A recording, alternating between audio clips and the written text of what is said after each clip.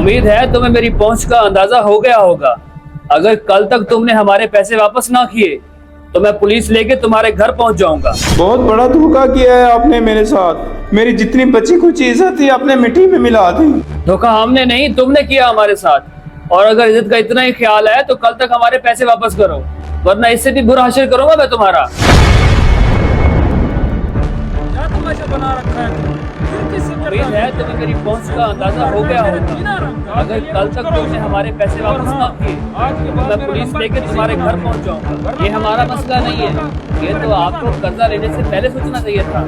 लगता है आप ऐसे पैसे वापस नहीं करेंगे।